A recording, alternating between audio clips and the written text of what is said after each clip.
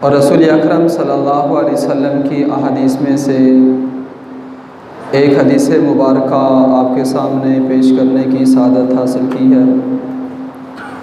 अल्लाह ताला से ये दुआ है कि मुझे हक़ सच बयान करने और हम सब को सुनने के बाद इन पर अमल पैरा होने की तौफीक नसीब फरमाए। बरदरान इस्लाम, माह रमज़ानुल मुबारक बेहम्दिल्लाह हमने रोज़े और तरावियों के साथ गुजारा। इस पर अल्लाह का जितना भी शुक्र किया जाए वो कम है, क्योंकि इंसान गुनाह से उस वक़्त तक नहीं बच सकता जब तक अल्लाह की मदद शामिल हाल ना हो। नेकी उस वक़्त तक नहीं कर सकता जब तक अल्लाह की मदद शामिल हाल ना हो। तो ये अल्लाह का फ़ज़ल और एहसान हम पर हुआ कि हमने इस महीने की जो बरकतें, सआदतें, रहमत थी, अल्लाह ने वो हमें नसीब की। कितने लोग ऐसे हैं कि जो इस रमज़ान से पहले दुनिया से चले गए, कुछ वो जो रमज़ान के अंदर चले गए, लेकिन अल्लाह ने हमें रमज़ान के बाद भी एक ज़िंदगी इनायत की है। तो इस पर अल्लाह का जितना भी शुक्र अदा किया जाए वो कम है। और ये ज़िंदगी सिर्फ़ इसलिए नहीं कि हमें कुछ ज़्यादा वक़्त मिल गया है, चलें ठीक है, इस वक़्त को हम अपनी मर्ज़ी से गुजार लें। तो मुसलमान की अपनी मर्ज़ी कलमा पढ़ने के साथ ख़त्म हो जाती है। जैसे उसने कलमा पढ़ लिया तो कलमा पढ़ने के बाद अल्लाह और उसके रसूल सल्लल्लाहु अलैहि वसल्लम के जो बताए हुए तरीक़े हैं उस पर अमल करना, उसके मुताबिक अपनी ज़िंदगी गुजारना, ये लाज़मी और ज़रूरी है। नीचे का माइक बंद कर दें। अगर हम सिर्फ़ अपनी मनचाही ज़िंदगी ऐसे ही गुजारते रहेंगे तो वक़्त गुज़र जाएगा, लेकिन दुनिया के अंदर हमें जो कुछ करना चाहिए आखिरत के लिए वो हम नहीं कर सकेंगे। तो एक मुसलमान रमज़ान के बाद ज़िंदगी कैसे गुजारे? देखें ना, रमज़ान के अंदर तो माशाअल्लाह तहज्जुद की नमाज़ भी पढ़ी जा रही है, इसके बाद रोज़ा भी रखा जा रहा है, पाँचों नमाज़ें वो भी मिल रही हैं। इसके साथ साथ बाज़ हज़रात को चाश्त, इशराक़ और अवाबीन की नमाज़ भी मिल रही है। तो इतनी सारी इबादत, रोज़ा अलग इबादत है, पाँचों नमाज़ें जो फ़र्ज़ हैं वो अलग इबादत, बाकी जो नवाफ़िल हैं वो अलग इबादत। तो इतनी ज़्यादा इबादत, लेकिन रमज़ान गुज़रने के बाद ऐसे नहीं होना चाहिए कि रोज़ा तो ज़ाहिर बात है वो तो सिर्फ़ रमज़ान के अंदर फ़र्ज़ है, रमज़ान के बाद नहीं है। हाँ, रमज़ान के बाद अगर कोई रोज़ा रखता है तो वो नवाफ़िल हैं, फ़र्ज़ नहीं है। नफल इबादत जितनी इंसान कर सके वो उसका अपना फ़ायदा है। तो अब ये नहीं होना चाहिए कि रमज़ान गया तो बाकी तमाम जो इबादत थी वो भी चली गई। अक्सर होता ऐसे ही है कि रमज़ान गुज़रने के बाद कई ऐसे मुसलमान हैं कि जो समझते हैं कि भाई बस रमज़ान ही इबादत करने का महीना था, रमज़ान गुज़र गया तो अब इबादत की ज़रूरत भी नहीं है। नहीं, मुसलमान को तो अल्लाह ने दुनिया के अंदर भेजा ही इबादत के लिए है। हाँ, रमज़ान में रोज़े जैसी एक नेमत और इजाफ़ी मिल जाती है, और वो भी मेरे और आपके लिए है, वरना अल्लाह को ना हमारे रोज़ों की ज़रूरत है ना हमारी तरावी की ज़रूरत है। तो ये जो कुछ भी है ये हमारे अपने नफ़े का है, ये हमारे अपने लिए है, ताकि हम अपनी आखिरत कैसे बेहतर से बेहतर कर सकें। तो ये नहीं होना चाहिए कि रमज़ान गुज़र गया तो रमज़ान के बाद सारी इबादत भी ख़त्म होगी, पाँचों नमाज़ें वो भी ख़त्म, इसी तरह जो तहज्जुद की नमाज़ थी, बाकी जो नवाफिल थे वो सारे के सारे रमज़ान के साथ रुखसत हो जाएं। तो आज ऐसा हो रहा है कि रमज़ान गुज़रने के बाद हर आदमी समझता है कि हाँ सिर्फ़ रमज़ान के अंदर ज़्यादा इबादत करनी ज़रूरी है, रमज़ान के बाद कोई ज़रूरी नहीं है। लेकिन ऐसी बात का तान बिल्कुल नहीं है। जैसे मुसलमान को रमज़ान के अंदर इबादत की एक आदत पड़ जाती है, उसे ज़रूरी समझता है, तो ऐसे ही रमज़ान के बाद भी इबादत ज़रूरी है। जैसे रमज़ान के अंदर पाँचों नमाज़ें जमात के साथ पाबंदी के साथ हो रही हैं, तो रमज़ान के बाद भी बग़ैर उज़र के, ये उज़र पेश आ जाए तो एक अलग मसला है, जैसे एक आदमी बीमार है या कोई और शरई उज़र है वो एक अलग मसला है। लेकिन इसके अलावा रमज़ान के अंदर भी पाँचों नमाज़ें मस्जिद के अंदर होनी चाहिए। लेकिन आज ऐसे हो नहीं रहा। यूँ लगता है कि जैसे सारी जो इबादत है वो सिर्फ़ रमज़ान के अंदर, अल्लाह को राज़ी करना है तो सिर्फ़ रमज़ान के अंदर, नवाफिल पढ़ने हैं तो रमज़ान के अंदर, तिलावत करनी है तो रमज़ान के अंदर, सुन्नतों पर अमल करना है तो रमज़ान के अंदर। तो रमज़ान जैसे गुज़रा तो तमाम की तमाम जो इबादत है वो ख़त्म हो जाती है। तो तमाम इबादत वो ख़त्म नहीं होनी चाहिए। रसूल अकरम सल्लल्लाहु अलैहि वसल्लम के सहाबा कि उनके बारे में ये एक सोचा भी नहीं जा सकता कि वो रमज़ान के अंदर ज़्यादा इबादत करते थे, रमज़ान गुज़रने के बाद कोई इबादत नहीं करते थे, ऐसा कतअन नहीं है। सहाबा इकराम रज़ी अल्लाह तआला अन्हु का हर दिन जो था वो समझते थे कि हमारा ये आखिरी दिन है, अब आगे हमें दूसरा दिन पता नहीं मिले या ना मिले।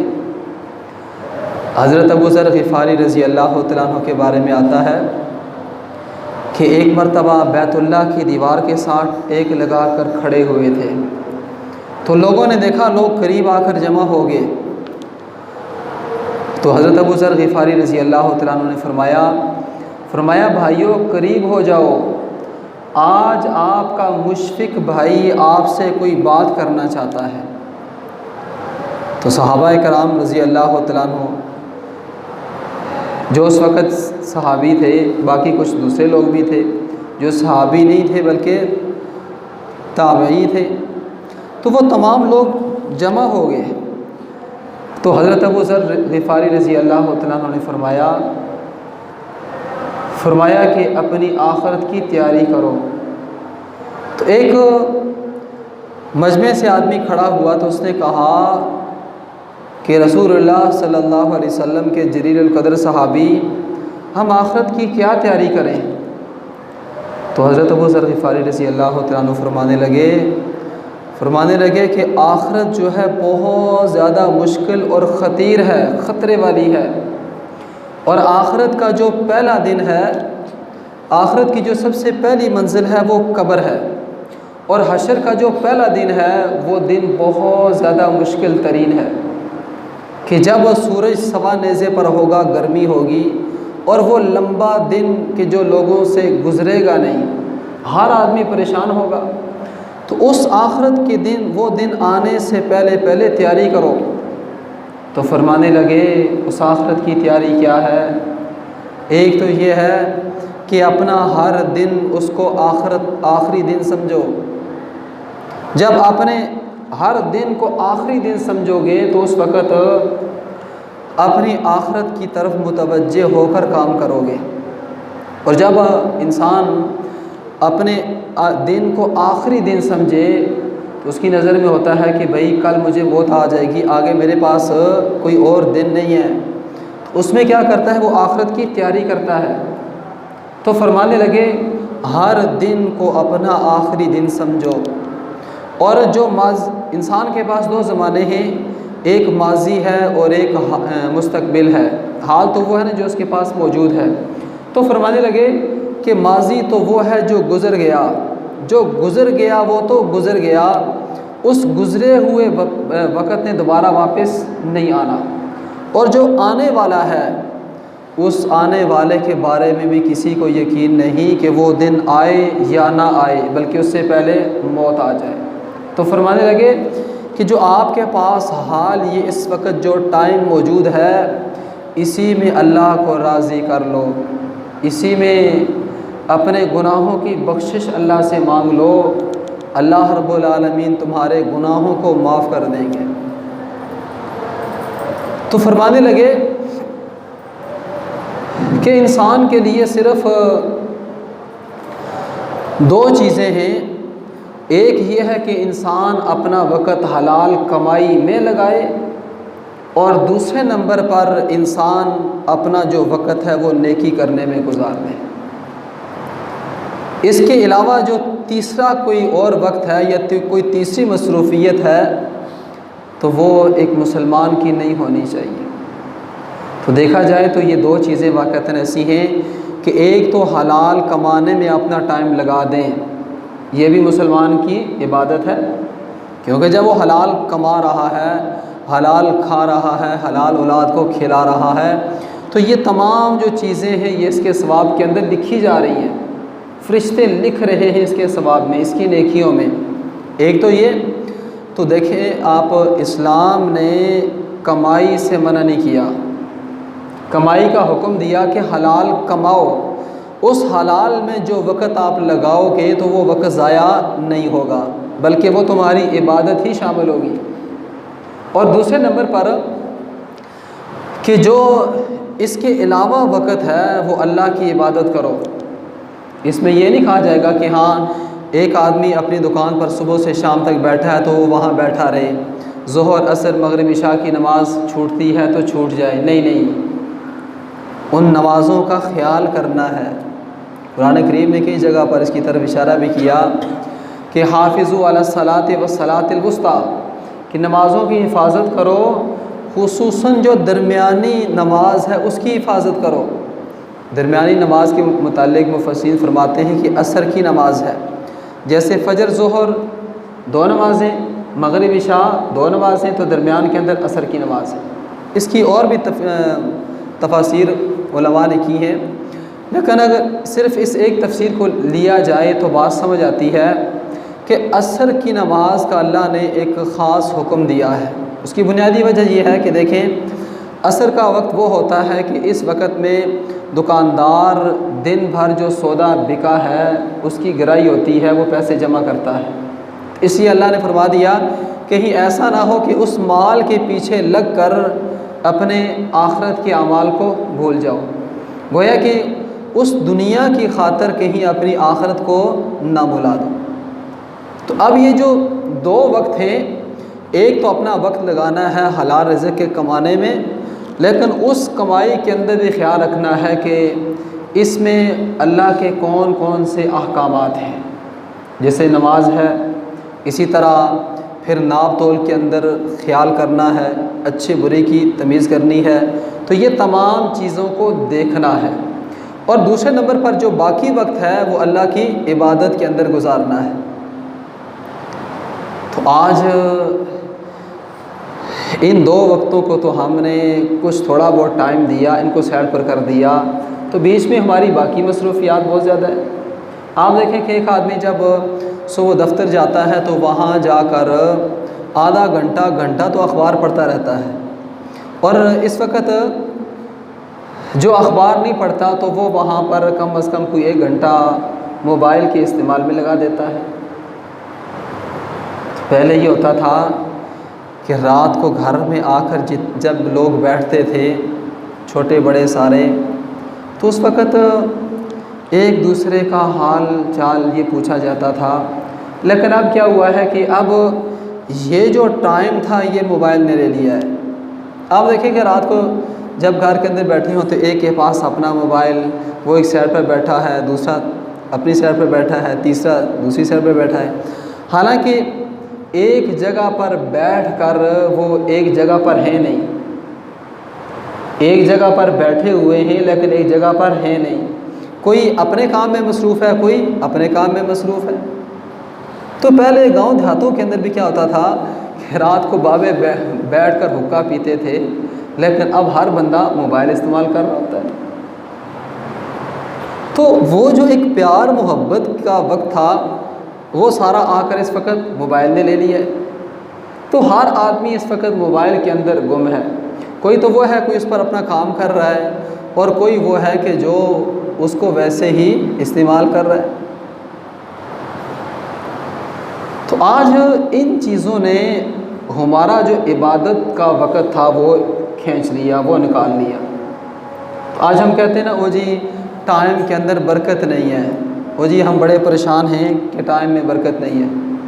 भाई टाइम में बरकत, टाइम तो वही है ना। देखें, सूरज वही, चाँद वही, दिन वही, रात वही, ये तमाम चीज़ें वही हैं। लेकिन जो इस वक्त जदीद टेक्नोलॉजी या बाकी चीज़ें आई हैं, तो वो जो वक़्त था वो हकीकत में इन चीज़ों ने ले लिया। तो इसलिए हम सिर्फ ये रोना रोते हैं कि वो जी टाइम नहीं है। भाई टाइम है, लेकिन उस टाइम का हमने मिस यूज़ कर लिया है। आप देखें कि एक आदमी रात को सोता नहीं है, अब दिन को वो उठता है 12 बजे, तो सुबह फजर से लेकर 12 तक का जो आधा दिन है वो तो उसने ज़ाया कर दिया है। 12 के बाद फिर उठकर उसे नहा धोकर नाश्ता करना है तो ज़ोहर का टाइम हो जाना है। तो ज़ोहर के बाद जब जाकर उसे दफ्तर बैठना है, दुकान पर बैठना है, तो 3-4 घंटे 5 घंटे ही बैठना है। तो 4 घंटे बैठकर वो कहता है, मौलवी साहब टाइम इस वक्त बहुत तेज़ी से गुज़र रहा है। भाई आपने सारा दिन तो सोकर गुजार दिया है, रात जाकर दिन सोकर। तो अल्लाह ने क्या फरमाया, वजअलना नौमकुम सुबाता, कि रात बनाई है हमने सोने के लिए, आराम के लिए। रात को आराम करो बस, बाकी कोई काम नहीं। रात को जागना नहीं, रात को कारोबार नहीं, रात आराम के लिए। वजअलना नहारा माशा, दिन बनाया है हमने माश के लिए, काम काज, ज़रूरियात के लिए, कारोबार के लिए, इन चीज़ों के लिए। तो आज हकीकत में हमने हर काम को उल्ट कर दिया है कि अल्लाह ने रात बनाई थी सोने के लिए और हमने रात बना दी इस वक्त जागने के लिए। सारी रात जाकर गुजारनी है, और जब रात को जाकर आप सारी रात जाकर गुजारें तो पूरा दिन सोएं फिर भी नींद पूरी नहीं होती है। बल्कि ये जो क्या कहते हैं, अब चांद रात थी तो इस रात क्या कहते हम सोए नहीं।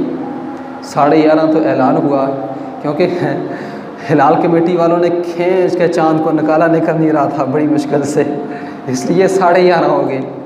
तो हर बंदा फिर सुबह की मसरूफियात उसके लिए जो है ना जाग गया। तो अगला दिन भी बड़ा मुश्किल हो गया, और वाक़अतन अल्लाह ने जो काम जिस चीज़ के लिए बनाया है वो चीज़ बहुत ही कमाल की है। रात सोने के लिए बनाई है, तो ये जो रात की नींद है बड़े कमाल की है। तो अगर रात आप 2 घंटे सो जाएं और दिन को पूरा दिन सोएं तो वो बराबर नहीं है। तो आज हमने वो सारे के सारे जो काम थे वो हमने उल्ट कर दिए हैं। तो उल्ट करने के बाद हम कहते हैं ओ जी वक़्त के अंदर बरकत नहीं है, ओ जी कमाई में बरकत नहीं है, ठीक है, ज़िंदगी के अंदर बरकत नहीं है। तो भाई वो जो बरकत वाली चीज़ें थी वो सारी तो हमने वहाँ से निकाल ली हैं। जब वो सारी निकाल ली तो फिर पीछे बरकत कौन सी होनी है। तो याद रखिए कि हज़रत अबू ज़र ग़िफ़ारी रज़ी अल्लाह तआला अन्हु ने जो नसीहत की वो यही की कि अपना जो टाइम है या तो हलाल रिज़्क़ की कमाई में लगाओ या फिर अल्लाह की इबादत में लगाओ। और इसके अलावा अगर आप अपने टाइम को किसी और जगह पर लगा रहे हो तो वो आप टाइम अपना ज़ाया कर रहे हो। वो टाइम तो गुज़र रहा है लेकिन अल्लाह की नाफरमानी के अंदर गुज़र रहा है। और इस टाइम का इंसान को मरने के बाद बहुत ज़्यादा दुख होना है। उस वक़्त इंसान बड़ा परेशान होगा कि ये जो टाइम मैंने गुजार दिया वो ऐसे मैंने क्यों गुजारा। लेकिन उस वक़्त की जो उसकी परेशानी होगी वो किसी काम की नहीं होगी। फिर फरमाते हैं कि एक तो ये है कि जो कुछ तुम कमा रहे हो, ये हज़रत अबू ज़र ग़िफ़ारी रज़ी अल्लाह तआला अन्हु की नसीहत हैं। वो जो नसीहत उन्होंने फरमाई तो फरमाते हैं जो कुछ तुम कमा रहे हो, एक तो ये है कि ख़ुद अपनी ज़ात पर ख़र्च कर रहे हो और दूसरा आप अपनी औलाद पर ख़र्च कर रहे हो। तो ये दोनों नफ़े से खाली नहीं है। अपनी ज़ात पर ख़र्च करना ये इंसान का हक़ है, औलाद पर ख़र्च करना ये औलाद का उस आदमी पर हक़ है। तो फरमाते हैं इसके अलावा जो अगली चीज़ है अपनी ज़ात, अपनी औलाद और बाकी अल्लाह रब्बुल आलमीन के लिए ख़र्च करना। इन 3 ख़र्चों के अलावा बाकी जो चौथा ख़र्च है फ़ुज़ूल ख़र्ची, फरमाते हैं ये ना करो। क़यामत वाले दिन इसके बारे में इंसान से सवाल होगा, पूछा जाएगा। तो देखें कि रमज़ान हमारी ज़िंदगी के अंदर आया और गुज़र गया, तो वक़्त भाई किसी का इंतज़ार नहीं करता। तो एक वक्त वो था कि रमज़ान से पहले हर आदमी के ये सोचा था कि हाँ कल रोज़ा है, परसों रोज़ा है, एक हफ़्ते के बाद है, तो रमज़ान गुज़र गया। अब रमज़ान के बाद ईद भी गुज़र गई और अब ईद का दूसरा दिन है। तो ऐसे ही इंसान की जो ज़िंदगी है ये गुज़र जाती है, इंसान उसको गुजारना चाहे या ना चाहे, क्योंकि टाइम ने तो गुज़र जाना है। इस टाइम की मिसाल, ज़िंदगी की जो मिसाल है वो एक बर्फ़ के बुलाक की तरह है कि जैसे बर्फ़ का बुलाक बेचने वाला जो है उसकी कोशिश होती है कि यार जल्दी जल्दी ख़रीदार आएँ और बर्फ़ लेकर चले जाएँ, क्योंकि जब तक मेरे पास बर्फ़ पड़ी रहेगी तो ये बर्फ़ पिघल कर ज़ाया हो जाएगी। तो क्या करता है कि उसके ऊपर वो शॉपर लगाता है, इसी तरह उसके ऊपर बाकी कपड़े डालता है, बोरियां डालता है, ताकि इस बर्फ़ पर गर्मी की जो तपिश है वो कम पड़े। जितनी गर्मी की तपिश इस पर कम पड़ेगी तो ये कम पिघलेगी, और मेरी कोशिश ये है कि ये कम पिघले ताकि मेरा नुकसान ना हो। तो वो बर्फ़ के बुलाक की तरह इंसान की जो ज़िंदगी है वो भी क्या हो रही है, गुज़र रही है। इंसान अच्छे अमल कर रहा है या नहीं कर रहा, तो इससे उस टाइम को कोई सरोकार नहीं है। लेकिन सोचने की बात यह है कि मैं और आप, हम अपनी ज़िंदगी कैसे गुजार रहे हैं। एक तो हमारी ज़िंदगी वो थी ना कि जो हमने रमज़ान के अंदर गुजारी, वो तो माशाल्लाह तरावी, रोज़े, इसी तरह नवाफ़िल, तहज्जुद, ये तमाम चीज़ें थीं। लेकिन एक तो ये है कि रमज़ान के अंदर ये सारी हमने इबादत की। एक रमज़ान के बाद भी हमारी ज़िंदगी या हमारे जो अमाल हैं वो उस तरह के हैं या नहीं हैं, ठीक है। तो मुसलमानों की 2 किस्में हैं, एक रमज़ानी मुसलमान और एक रहमानी मुसलमान, ठीक है। एक इसकी और किस्म निकलती है, लेकिन उसको रहने दें। अब देखें कि रमज़ान के अंदर तो हर बंदा ही इबादत करता है, क्योंकि रमज़ान महीना भी ऐसा है कि इस महीने के अंदर अल्लाह रब्बुल आलमीन सरकश शयातीन को जकड़ देते हैं। तो जब वो शयातीन जकड़ेंगे तो हर बंदा नमाज के लिए आ रहा है, हर बंदा कुरान की तिलावत कर रहा है, हर बंदा ज़िक्र के अंदर मसरूफ़ है। तो लेकिन जब रमज़ान गुज़रा तो शयातीन भी आज़ाद हो गए। अब इम्तिहान है, अब इम्तिहान ये है कि कौन आदमी अल्लाह रब्बुल आलमीन की बात मानने वाला है और कौन है जो शैतान की बात मानने वाला है। तो ये एक इम्तिहान शुरू होता है। और देखेंगे रमज़ान के अंदर तो एक माहौल होता है ना, माहौल में रह कर कोई काम करना ये मुश्किल नहीं है, ये आसान है। लेकिन बात यह है कि जब एक माहौल ना हो फिर इंसान वो अमल करे तो ये एक बड़ी ख़ास चीज़ है। तो रमज़ान के अंदर तो हर आदमी नमाज़ पढ़ने आता है, एक माहौल बना होता है, क्योंकि हमने अपने एक ऐसा ही कंसेप्ट बना लिया है कि भाई रमज़ान के अंदर नमाज़ पढ़नी है, हर हाल में पढ़नी है, तरावी भी पढ़नी है, ज़िक्र भी करना है, क्योंकि ये महीना बहुत बड़ा महीना है।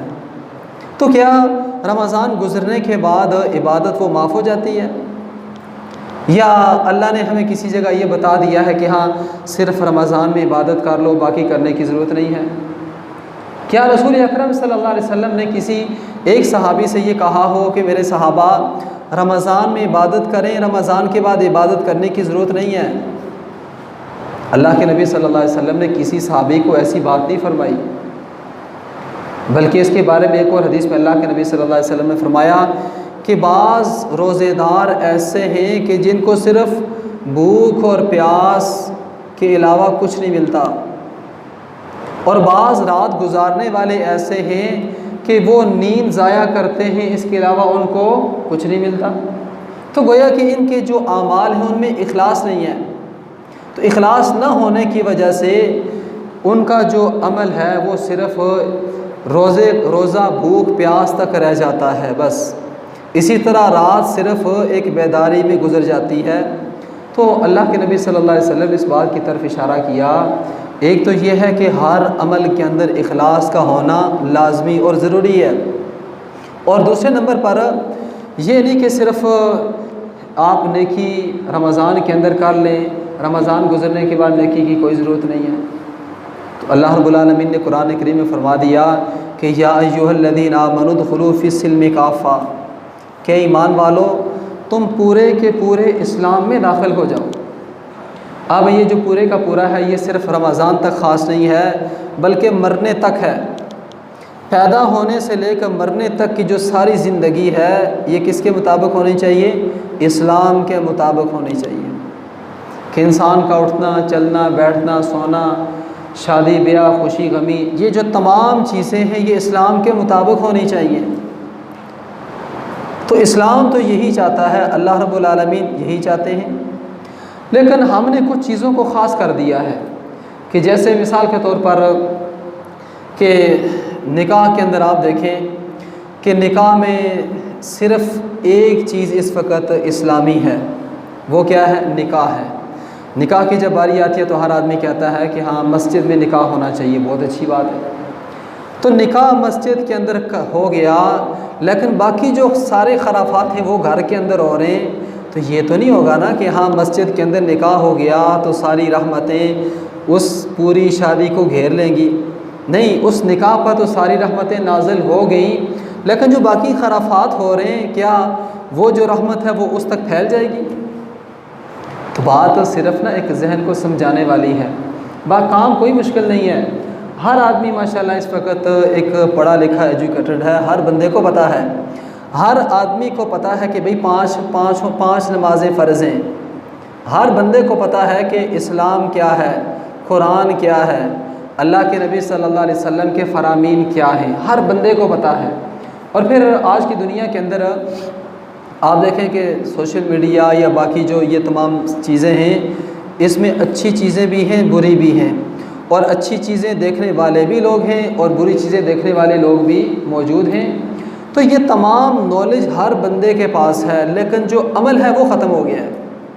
अब ज़रूरत इस अमल की है कि वो अमल हमारी ज़िंदगी के अंदर आ जाए। तो इंसान की निजात और बख्शिश के लिए जो ज़रूरी चीज़ है वो यही अमल है। इंसान का जिस तरह का अमल होगा तो उसी के मुताबिक फ़ैसला होना है। तो हम अपने दिलो दिमाग से निकाल दें कि हाँ सिर्फ़ रमज़ान ही इबादत का महीना है, बाकी पूरा साल मैंने 11 महीने अपनी मर्ज़ी करनी है। नहीं, एक महीना जब हम अल्लाह के हुक्म के मुताबिक गुजारते हैं तो जो साल के 11 महीने हैं वो भी अल्लाह के महीने हैं, और साल के जो 11 महीने अल्लाह ने हमें ज़िंदगी दी है वो भी अल्लाह ने ही दी है। तो अब एक महीना अल्लाह की मर्ज़ी के मुताबिक, 11 महीने अपनी मर्ज़ी के मुताबिक, ये जो दो रंगी है ये नहीं चलेगी, इन दोनों को एक में तब्दील करना पड़ेगा। तो अल्लाह के नबी सल्लल्लाहु अलैहि वसल्लम ने फरमाया मन अहब्ब सुन्नती फ़क़द अहब्बनी, कि जिसने मेरी सुन्नत के साथ मोहब्बत की उसने मेरे साथ मोहब्बत की। अब देखें सहाबा इकराम रज़ी अल्लाह तआला अन्हु तो वो लोग थे कि जिन्होंने अल्लाह के नबी सल्लल्लाहु अलैहि वसल्लम को ख़ुद अपनी आँखों से देखा, और बड़े अजीम लोग थे। कई सहाबा के बारे में आता है कि वो रसूल अकरम सल्लल्लाहु अलैहि वसल्लम के पास अपना ज़्यादा वक़्त जो था वहाँ गुजार दिया करते थे। एक सहाबी के बारे में आता है कि वो आप सल्लल्लाहु अलैहि वसल्लम के पास आकर बैठते तो फिर घर के कोई काम काज वो याद आ जाता, फ़ौरन चले जाते। तो जब घर जाते तो फरमाते कि मुझे बड़ी अजीब सी एक कैफियत होती, तो वो काम छोड़कर फ़ौरन अल्लाह के नबी सल्लल्लाहु अलैहि वसल्लम के पास आ जाते। घर उनका दिल नहीं लगता था। तो आप सल्लल्लाहु अलैहि वसल्लम से उन्होंने आकर इसका तज़किरा किया कि अल्लाह के नबी मेरे साथ इस तरह की कैफियत होती है, तो मैं जब घर जाता हूँ तो मेरा घर दिल नहीं लगता, तो वहाँ मेरी ऐसी कैफियत होती है कि मैं जाकर अल्लाह के नबी सल्लल्लाहु अलैहि वसल्लम का दीदार करूँ। और एक और सहाबी रज़ी अल्लाह तआला अन्हु के बारे में आता है कि वो रसूल अकरम सल्लल्लाहु अलैहि वसल्लम जब घर के अंदर तशरीफ़ ले जाते तो जब आने का वक़्त होता उससे पहले वो सहाबी जाकर दरवाज़े पर बैठ जाते हैं। तो किसी ने पूछा कि आप ऐसे क्यों करते हो? फरमाने लगे, मैं ऐसे इसलिए करता हूँ कि अल्लाह के नबी जब घर से बाहर निकलें तो पहली नज़र में अल्लाह के नबी को देखूँ। तो सहाबा किराम रज़ी अल्लाह तआला अन्हुम भाई ऐसे लोग थे। हज़रत आयशा रज़ी अल्लाह तआला अन्हा के बारे में आता है, आप देखें कि हज़रत आयशा रज़ी अल्लाह तआला अन्हा का अल्लाह के साथ क्या मोहब्बत है, क्या ताल्लुक़ है। फरमाती हैं कि मुझे इशराक़ की नमाज़ इतनी महबूब है, अगर मेरे वालिद ज़िंदा होकर आ जाएं और मैं नमाज की हालत में हूँ, मुझे कोई बता दे कि तेरा वालिद ज़िंदा होकर आ गया है, तो मैं पहले नमाज मुकम्मल करूँगी, फिर अपने वालिद के पास जाऊँगी। यहाँ ये नहीं कि बाप की कदर नहीं है, नहीं, रब के साथ जो ताल्लुक़ है वो कितना मजबूत है। तो हज़रत हफ्सा रज़ी अल्लाह तआला अन्हा फरमाती हैं कि मैंने दिन रात के अंदर 12 रकतें अपने ऊपर लाजिम कर ली हैं। जब से अल्लाह के नबी सल्लल्लाहु अलैहि वसल्लम से ये मैंने सुना है तो कोई ऐसा दिन नहीं गुज़रा कि मैंने इसको छोड़ दिया हो। हज़रत अली मुर्तज़ा रज़ी अल्लाह तआला अन्हु फरमाते हैं कि अल्लाह के नबी सल्लल्लाहु अलैहि वसल्लम ने हमें एक दिन फरमाया कि अली, रोज़ाना तुम मियाँ बीवी जब बिस्तर पर आते हो तो उस वक़्त 33 मरतबा सुबहान अल्लाह, 33 मरतबा अल्हम्दुलिल्लाह, 34 मरतबा अल्लाहु अकबर पढ़ लिया करो। तो फरमाते हैं कि जब से अल्लाह के नबी ने फरमाया है, आज तक ये हमारी रूटीन इसी तरह जारी है। एक आदमी खड़ा हो गया, उसने कहा कि अली, क्या जंग सिफ़ीन के अंदर भी आपने ये पढ़ा था? तो हज़रत अली रज़ी अल्लाह तआला ने फरमाया कि हाँ, उस जंग के अंदर भी ये चीज़ मैंने नहीं छोड़ी। तो देखें, ये थे सहाबा किराम रज़ी अल्लाह तआला अन्हुम। तो आज भी सिर्फ़ थोड़ी सी मेहनत और कोशिश है, जब हम थोड़ी सी कोशिश करेंगे तो इंशाअल्लाह अल्लाह ताला हमारे लिए रास्ते आसान कर देंगे। तो लिहाजा जैसे रमज़ान के अंदर माशाअल्लाह एक मस्जिद के अंदर पूरा माहौल बना होता था, अब देखिए दूसरा दिन आया तो वो माहौल आस्ता आस्ता ख़त्म हो गया। लेकिन इसकी कोशिश करें आप कि आपकी जो फ़र्ज़ नमाज है वो मस्जिद के अंदर होनी चाहिए, ख़ुद भी और इसके साथ साथ जो आपके बच्चे हैं उनको भी मस्जिद की तरफ राग़िब करें, क्योंकि आजकल के बच्चे बहुत तेज़ हैं। बच्चे भी कहते हैं ना कि बच्चे हमेशा नकाल होते हैं, वालिदैन की नकल करते हैं। बाप जो काम कर रहा हो तो बेटा भी वो काम करने की कोशिश करता है, देखता है। फिर अगर बाप खुद नमाज नहीं पढ़ता तो बेटे से कहा, जाओ बेटा नमाज़ पढ़ो, मस्जिद में जाओ। तो आगे से बच्चे कहते हैं, अच्छा मुझ पर नमाज फ़र्ज़ है, आप पर फ़र्ज़ नहीं है। इसलिए अपना ताल्लुक़ मस्जिद के साथ जोड़िए, सिर्फ़ रमज़ान नहीं बल्कि पूरा साल, हर महीना, हर रोज़, हर हफ्ता। तो कोई हमारा टाइम ऐसा ना हो कि हम मस्जिद से अपने आप को काट लें, क्योंकि मस्जिद वो जगह है कि जो